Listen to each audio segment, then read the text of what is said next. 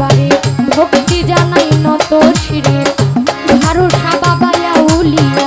দরবারে যাই ভক্তি দিয়া ফেলু সারো পাক দরবারে ভক্তি জানাই নত শিরে এই বিশ্বের আউলিয়া যত পাপী মুখে বলবো কত সালাম ভক্তি হইয়া নত